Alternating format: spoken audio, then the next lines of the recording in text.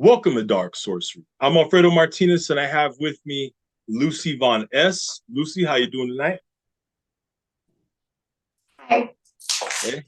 All right. So, yeah, let's go ahead and jump right into it. So, you are owner of Order of the Black Flame Sun. Mm-hmm. So you guys are on YouTube, Instagram, and some other platforms. So, go ahead and tell us how you got started in magic, how your magical path began.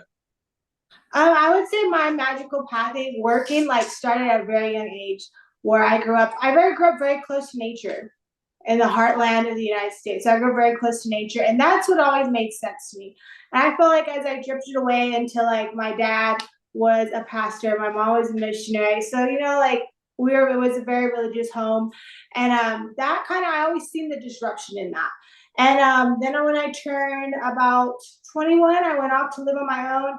And that's when I was really able to start practicing magic. And I remember when I was younger, probably 16 or 17, I would remember going on the internet and finding Anton LaVey's Satanic Church, and it was the only way I could access it because I couldn't go get the book, the Satanic Bible, and bring it home. Yeah. That'd be a whole thing. And so I remember checking it out and always wanting to go dabble in it more, but just look at the website. It was so cool. I remember they had the picture on the main page at that time was where they all had the animal masks on, and Anton LaVey's pointing with the sword. I was like, that's something I want to be part of.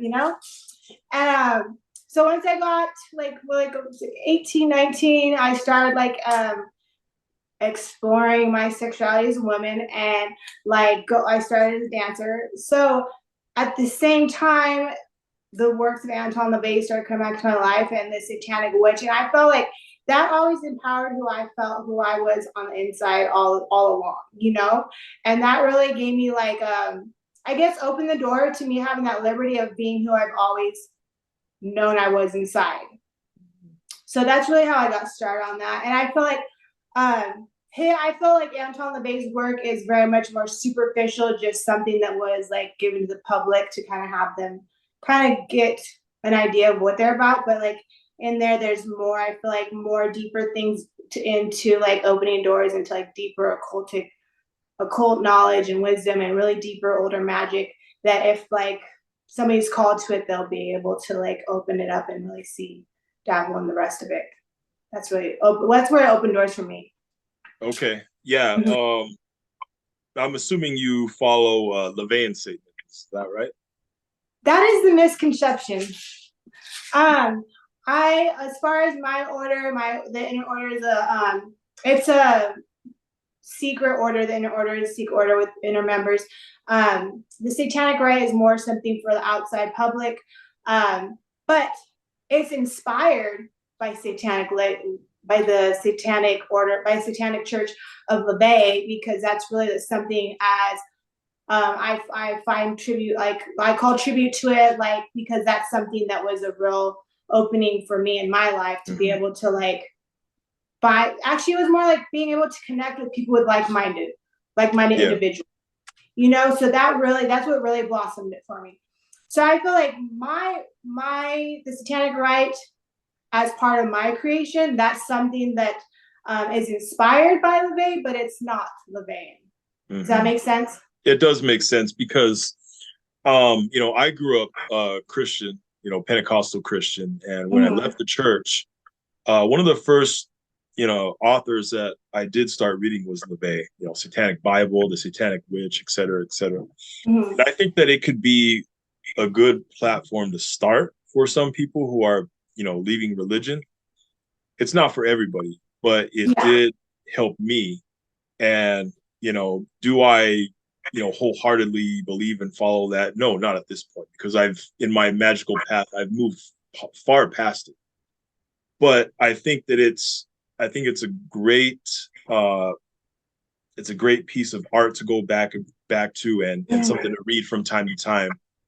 I do admire his work. I will say that. Yeah. And if Hmm. you really look at like the work of Anton LaVey, he even says, you know, it was more of a fan club, more of something where he was expressing himself and his ideals and his what he found interesting. You know, it's more of like Yeah. a showcase of the occult, the macabre, all that stuff that he found interesting, and people actually, I feel like the public, there's always 50% of the public that just takes it and blows it out to like takes it, lets their imagination go away with the rest. And but Yeah. that's Like, like that is the showmanship part of it. You know, you give a little bit, you put on a little bit there, and the rest is up to the public imagination. yeah. I mean, there's some people that will reject it. There's some people that will embrace it. Like I said, it's not for everybody. Mm-hmm. Um, but in the beginning of your path, was there any other authors or occult books that inspired you? Yes, most definitely. I would say as I got into it, I looked really into. I remember the satanic rituals, like that really had a lot of more for me. That was more like the names in there.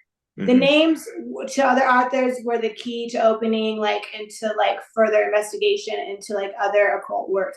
So it really, what was really the thing that stood out to me more the most was of course Aleister Crowley, and that was something like the Golden Dawn system, and that was something that was also accessible.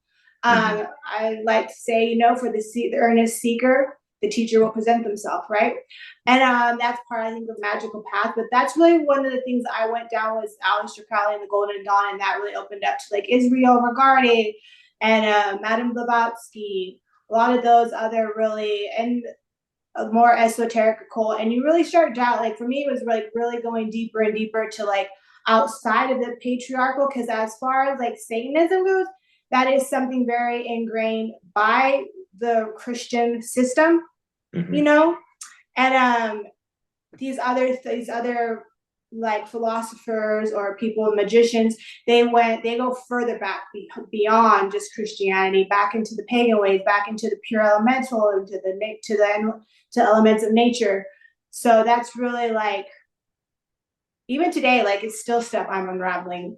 It's Yeah. fascinating because it's a whole hidden history of the world that people really don't know about, you know? So I Yeah. think that fascinates me the most. And that's what I like to share about, you know? It's like, but it's not like you said, it's not for everybody. People have a mindset that's been ingrained for generations, for centuries. So that's the sad part is the closed mindedness, I feel, you know.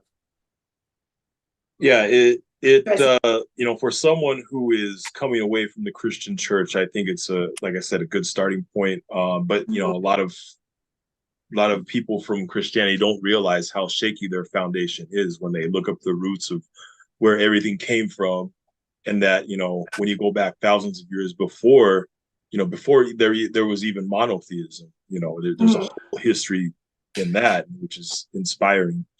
But what would you say is your first moment where you realized, like, wow, I did a spell and I'm really seeing the results, and magic is real, and no one can tell me any different? Um, I would say nature has always shown me like there's something else going on, you Okay. know? Yeah. And as far as like being raised in a Christian home with my dad was a pastor, so we were really religious. Like there was other stuff going in the home that I don't like to get into, but like he would really like make us go down for prayer and do all this like praying these demons away and all this stuff. And but at the same time, like I knew there was something to the prayer part. Hmm.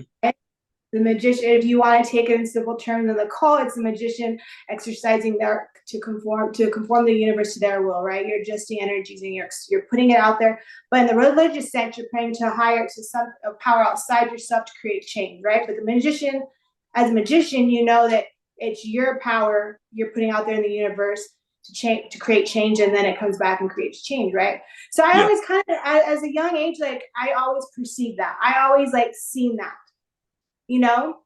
Hmm. And I would say like that's really, really kind of like started. But then once I got into more of the magical part, that's when I really kind of started to get explanations for things I already like acknowledged and noticed within my life. Hmm. Mm-hmm. Now,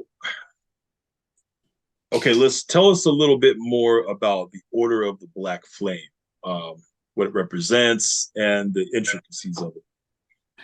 The Order of the Black Flame Sun. So within my order, I have there's three different, I would say, archetypes, right? There's the archetype of Lucifer, which represents the masculine energy, and not actually believe in an entity, but in that energy field, that masculine energy, which is the male force, the fiery force of nature. Which, if you go back to like esoteric teachings or more the deeper ones, and you take away the names of religion, then you have these forces, correct? Right. And so Lucifer is more of that masculine force, that inner spirit that animates our physical body. And so, and then we have the satanic, and I feel like as part of the satanic archetype, that's the feminine, the dark energy, the matter. This is our matter, our physical sense, and neither can exist without one or the other. Both have to exist for there to be life. And then we have the concept of death, of Santa Muerte, and that's also some an archetype that I like to use to teach about the secrets of death. You have to have death to continue the cycle, and a lot of it goes back even deeper to like the goddess worship, and to getting back to the roots with being connected to earth, which a lot of it was disconnected and just destroyed during like the whole patriarchal church stuff going on, and with the women being tortured, and like they seen that the women within the tribes, within the cities, they had a lot of power, and these guys were doing a lot of bad things to women, and they didn't want to get out, so they demonized women, they demonized nature, and I think as you can see it throughout a lot of our cultures and throughout history, where another country comes in and wants to take the land, and they try to disconnect the tribes from their connection with the land, and a lot of that history is lost.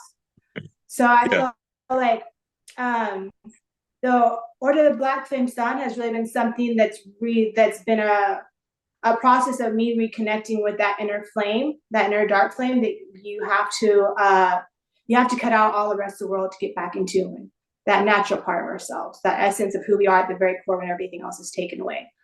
And I would say that started really when I started working with the Luciferian current, the serpentine, whether you want to call it the serpentine energy, the dragon current. That's what really started to shed things away from me, and took me down a crazy path. Yeah, no kidding. You mentioned about the establishment trying to stamp out the feminine energies, and I think we see that in Christianity, in the history of it, with like the Holy Spirit. Like all of a sudden, this is a masculine energy, of God or source, whereas it has sort of a feminine current to it. And it always blows my mind away, like through my research I've been doing, it's the fact that like the history's there. The history's there showing the feminine, that I'm not in any way saying that the male or the feminine is either or more dominant than the other, but they both have to exist for there to be life, right? You need the day and you need the sun for plants to grow. They need daylight and they need nighttime, and just like our bodies need it. So it's like at the very core of existence, and that's what I am in the process of doing, is really wanting to bring that back, to teach more on that, and I feel like that the way that the direction is taking me is more empowering women to get connected with that side of them and their intuition and their magic. And I feel like women have been so suppressed by all this patriarchal and this religion, to feel like demeaned in their own bodies. And I know for me, like part of my thing, my journey was like religion always made me like feel so much self-hatred towards myself for being human. Really, at the very core essence, I feel it's a program created to make people feel horrible about being human. Like, we're here in a human experience, right? Like, right. I feel like they did a good job at like kind of like going for like breaking the forefronts to kind of open people's mindset to it. But there's a lot more validity to his points when he's saying embrace indulgence instead of abstinence. And I feel like people really took that out of context. But we're here in a human existence, like our sexuality, like attraction, like all these things are a natural part of being human. They're a natural experience. Like, and religion tries to make it seem like we should be these perfect beings. of creation, and if we do anything that's human, then we're evil. And I think that's a sad way to live, you know. And I know from my own life experience, like being able to embrace all those sides of myself that make me human, may have caused me to lose relationships and different things like that. But at the end of the day, like, that's something beautiful to like be able to embrace in your life and like fully live in the moment and realize like you're all of these things. Yeah, I think it's good to, you know, if you lose people because you embrace yourself wholeheartedly, who you are deep inside, then really you don't need those people because that's who you are. You know, that's your destiny. And I think, you know, you mentioned, about Christianity, you know, what it does to you. And I think that a lot of what it does to a lot of people is it breaks down their self-confidence, saying Yeah. you aren't great, you're nothing, God is everything, all glory to God, and you're not anything. And that's damaging psychologically, emotionally, all the way around, you know. And it's hard for people when they get out of that system to build up their self-confidence and say, well, yes, I can do this and I am great. You know what I mean? And just not put themselves down. Yeah. And you know, like to me, I know people like acknowledge the cross and like there's a human body on there nailed to a cross, but as a magician, in the magical sense, that's a curse. Yeah. That's a curse. But they don't know that. You know? You know? So, and the fact is, like, the church like when these things started coming around, these trials and all that stuff, and they started going after women and the family system, like they knew that the occult magic existed. They knew these things existed, and they tried to demonize it because they wanted to keep it away from everybody else, so people couldn't have that power and that connection, you know. And I think it's a sad thing, but it is. I think it's a time and an age where we can like actually explore those things and begin to talk about those more. Well, I mean, that's strategic of them to stamp out the feminine because, you know, both energies are necessary. You'll just have them going around in circles, basically. Yeah. You know? Yeah. So, most definitely. Now, last couple of videos that we did on this channel, we had a discussion about religion and the occult. And I want you to tell me what you think about this quote that I came across. The difference between a prayer and an incantation is a prayer uses hope, whereas an incantation uses will. In prayer, I would say I don't like I use prayer because it's like I could use that and like people don't get freaked out by it. Yeah. You know, I was actually just talking to somebody right before all this meeting with you. But I was telling somebody, you know, like I'm in recovery, so we have a thing that we say in recovery. We say higher power. You know, there's the terms God in there, but I don't like to use that because it's so religion based. I prefer to say the term higher power because that embraces what works for me as a spirit to build my spirituality, and that also leaves it open ended for other people to like what works for them. You know. What was the question again? Can you say it again? So the difference between prayer and incantation. Yes. So so incantation and magic to me, that is more of a self-empowered act. Prayer means I feel prayer is like going out, making a supplication to something outside of me that I'm hoping will create change. Yeah, I think that, you know, when you look at prayer, it's basically like, well, if I beg this higher power enough, maybe he'll do it. If I beg enough times and have a prayer night and all night where I beg, maybe it'll happen. Whereas incantation is my will is this, so mote it be. I am rearranging reality, so mote it be. You know, you're powerful with your intention. And it does work, you know. Yes. And prayer works too, though. Yeah, prayer can. You do see it work, but it's not like I feel it's very disempowering for the individual, as in an incantation or putting together a ritual, is you realizing that you're the central force created, just playing with those energies to create change, and it's going to happen regardless. I think that, yes, there is power in prayer, no doubt. I think it depends on the person's perception. Whereas some people can see prayer as similar to an incantation, or they can just be interchangeable and be the same. Whereas in somebody else's mind, it can just be just nonstop begging. You know what I mean? Mhm. But yeah, there is power in prayer, no doubt. No doubt. Yeah. But I just wanted to get your take on the difference between the two since you come from a Christian background. Mhm. Mm. Yeah. I definitely feel there's a lot of like when it comes to Bible, because the Golden Dawn and they do use scriptures and things like that and work Yeah. with different beings. So from experience, I can only give you from my experience. You know, I can't say it's total truth or total bullshit, but it's my experience. My experience is there is a lot of truths in there as far as using the elements of the body and occult, but then it's also disempowering because that component of self-hatred and you are lower than thee and all. So it's a very hypocritical, how do you say, hypocritical system. Yeah. Hypocritical? Or? Like it's like here, you can have this much of the truth, but like we're gonna take away this, so you really don't know like the whole truth. Yeah, I think that it shouldn't, one magical system shouldn't be the same for everybody. Everybody's different, and everybody does eventually find their own magic that works for them. It's good to, I think it's good to start out with a certain system and then begin building on that, and then try something else. But you shouldn't be a carbon copy of this author or this magician or this system, because everybody has their own way of doing things, their own way of doing divination, their own way of casting spells and so forth. Yeah. And I think it comes down, I feel like from my experience, it comes down so much to belief. What a person believes, they will become and they will live it.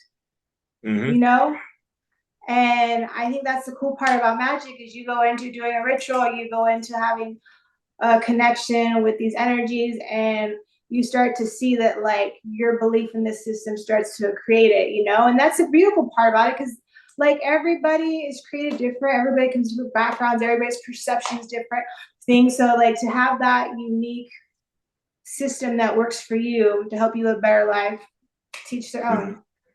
Agreed. What advice would you give your younger self? Oh gosh, I actually wrote a whole paper on this. To me, okay, the advice I would give my younger self is that we have free will of choice. If I could go back and tell my younger self, I would tell her to be powerful, that she's powerful and that she's strong and she has power of choice to choose what she believes. Because I feel like even as a child, we are out of control of so much that happens in our life. And I like to quote Viktor Frankl. Do you know who Viktor Frankl is? I've heard of him, but I'm not familiar with. Okay, he wrote a man's search for purpose, meaning, and he was in the Holocaust camp. And I love his story because it relates so much to like my own story when I was incarcerated. But there's something you learn when you have everything else taken away from you. When you have all your rights, when you have all your dignity, when you have everything taken away from you, you learn that the only thing that you have that nobody can take away from you is your free will of choice of what you choose to believe. And what you choose to believe is the determining factor of what you're going to make it through in life. Once you accept defeat in your mind, like the reality is going to conform to that. But if you accept that you're going to make it through what you're going through, then reality will conform to that too, and it will work out. Well said. I 100% agree. Yeah. So before we get going, let's see, you are on Order of the Black Flame Sun, which is also called Satanic Reich. It's on YouTube. Okay, you're on Instagram. You also are on TikTok. Okay, any other platforms? TikTok, Twitter, LinkedIn. We're on everything. Okay. We're everywhere. All right. And for those who are watching, all the links will be in the video description below. Just click below. You can go to all her platforms. I'll have them all listed there. All right, cool. Anything else you want to say before we go ahead and end this video? No, it's a pleasure talking to you. Yep, pleasure talking to you too. Everybody, check out Lucy's links below in the video description, and everyone watching, like and subscribe to Dark Sorcery. Stay evil, hell Satan. Hell Satan.